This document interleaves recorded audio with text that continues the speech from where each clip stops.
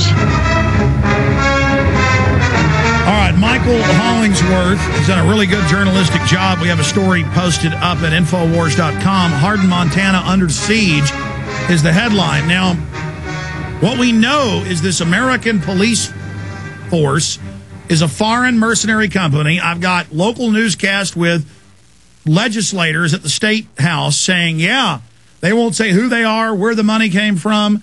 They've done weird court battles to overturn Montana law to get the $27 million facility. They announced they're going to bring in foreign troops to train there. I mean, we've got scores. I know it's more than 15 different newscasts we posted. CNN, Billings News, local news, saying everything that's basically in Michael Hollingsworth's article.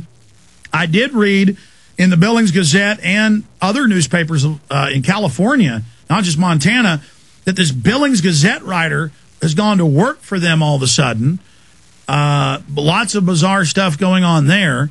You've got this weird foreigner who runs it all going around. They've got foreign commanders who are on the news, and they say it's all secret, we're not telling you. But then we have earlier news till the people said no from April, where they said it was going to be Guantanamo West. We have CNN and local news. But as soon as the public said, first they made the public pay for this with a bomb proposal. And then it sat there empty for the last year and a half. It's a giant facility. This American police force put their decals on SUVs saying they were the local Hardin police force. This is all confirmed.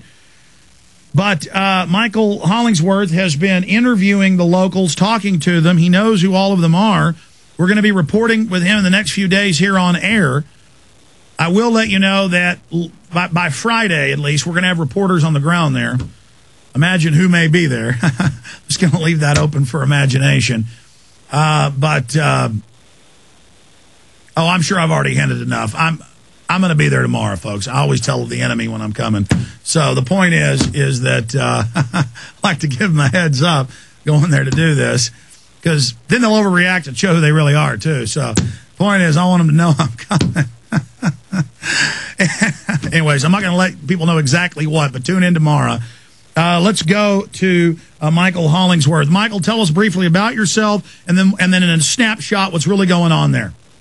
Thank you very much, Alex. I wanted to open by saying it's both an honor and a privilege to be with you today. Well, it's nice to talk to you.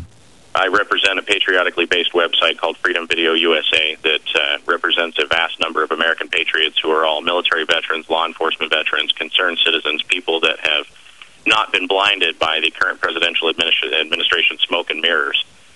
We're able to see right through it, and we absolutely have a 100% policy for dispelling all of the bovine fertilizer that's being spread from corner to corner in this country. I got some emails from some very good friends of mine who are just as dedicated to truth as I am, and said, hey, man, this is up in your neck of the woods. What's going on up there?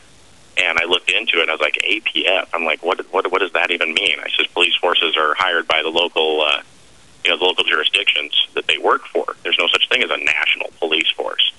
But a little bit of background on me. I'm 8 years in service in 2 branches of the U.S. military. I've worked in the private sector a little bit, worked for a small-time government contractor, done a lot of civil service work. All of the men in my family are veterans, have been American patriots, and that's what we classify as our number one line of employment as American patriot, preserver of the representative republic in which we live. Good. So you're up there, you live nearby, you went and checked it out. Give us your take on it. Well, the bottom line started as I started off with an hour-and-a-half long conversation with a lady by the name of Becky Shea, who is a almost 20-year reporter with the Billings Gazette. And she was the one who broke the story initially, so I contacted her. She is now currently the public affairs liaison for American Police Force. And I spoke with her, had a very interesting conversation where it felt like she was trying to sell me something. And I said, well, how did this happen? How did you go from being the reporter that broke this story to being, the mouthpiece of the beast here kind of thing? I said, all of the people, all the things that I'm reading, all the feedback I'm getting from the people of Hardin say that they're not interested in having, hell, they weren't even notified. These people just came out of nowhere. And she says, well, I went from driving a 99 Dodge Intrepid with a broken tie rod and bad front brakes to a black Mercedes SUV with a fuel card that I don't have to pay for and a substantial increase in salary. So I said, so essentially you sold your soul. And that didn't go over real well. Well, but, she's quoted in other newspapers making similar statements. It seems like she's so starstruck by the money, she's even wanting to talk to us. And then meanwhile, you've got guys with foreign accents going, "We will tell you nothing. We are bringing in foreign forces." I mean, in these newscasts, it's like they're trying to freak everybody out. And it's just classic intelligence operation. They admit they're looking at it for the Guantanamo Bay. They have another former Supermax, and I need to print that off before we leave because I saw it in the news and I haven't Googled it yet.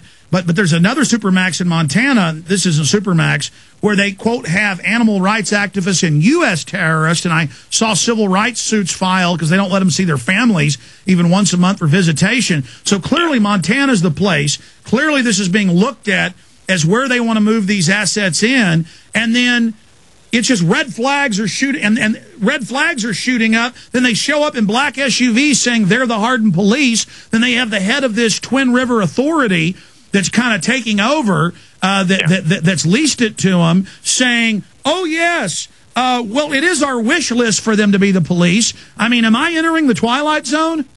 No, sir, you're 100% correct. I spoke with Al Peterson, the executive director of Twin Rivers Authority yesterday very briefly. I got him on the phone and I asked him to confirm or deny these rumors. And I said, this is a facility that was denied operational status because it was not built in specification to Montana code. In order to house prisoners legally in the state of Montana, you have to have X amount of square feet per prisoner in order for it to be considered humane incarceration. This facility did not meet those standards.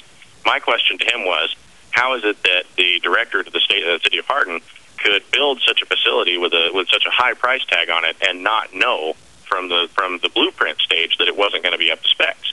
So this is all really, like you're saying, red flags that started popping up to us going, okay, was this facility built specifically with the intention? Is this how far back this plan goes? Is that they already were building these facilities because they knew there was no way their state was ever going to allow to house them? So yesterday I spoke with the Governor Brian Schweitzer's office, who assures me that absolutely nothing or illegal or unconstitutional is being allowed to happen. I rebutted with, then why are these people showing up and committing the felony of impersonating a peace officer by having Hardin Police Department written on their vehicles? Well, sir, that's a private agency dealing with a private town, and that's not under the governor's authority, and it's really not something that we're at liberty to discuss, and we're not at liberty to discuss hypothetical situations. I says, sir, hypothetical situations, we have video of it. We have pictures. We have, Well, that was the thing. The California paper said,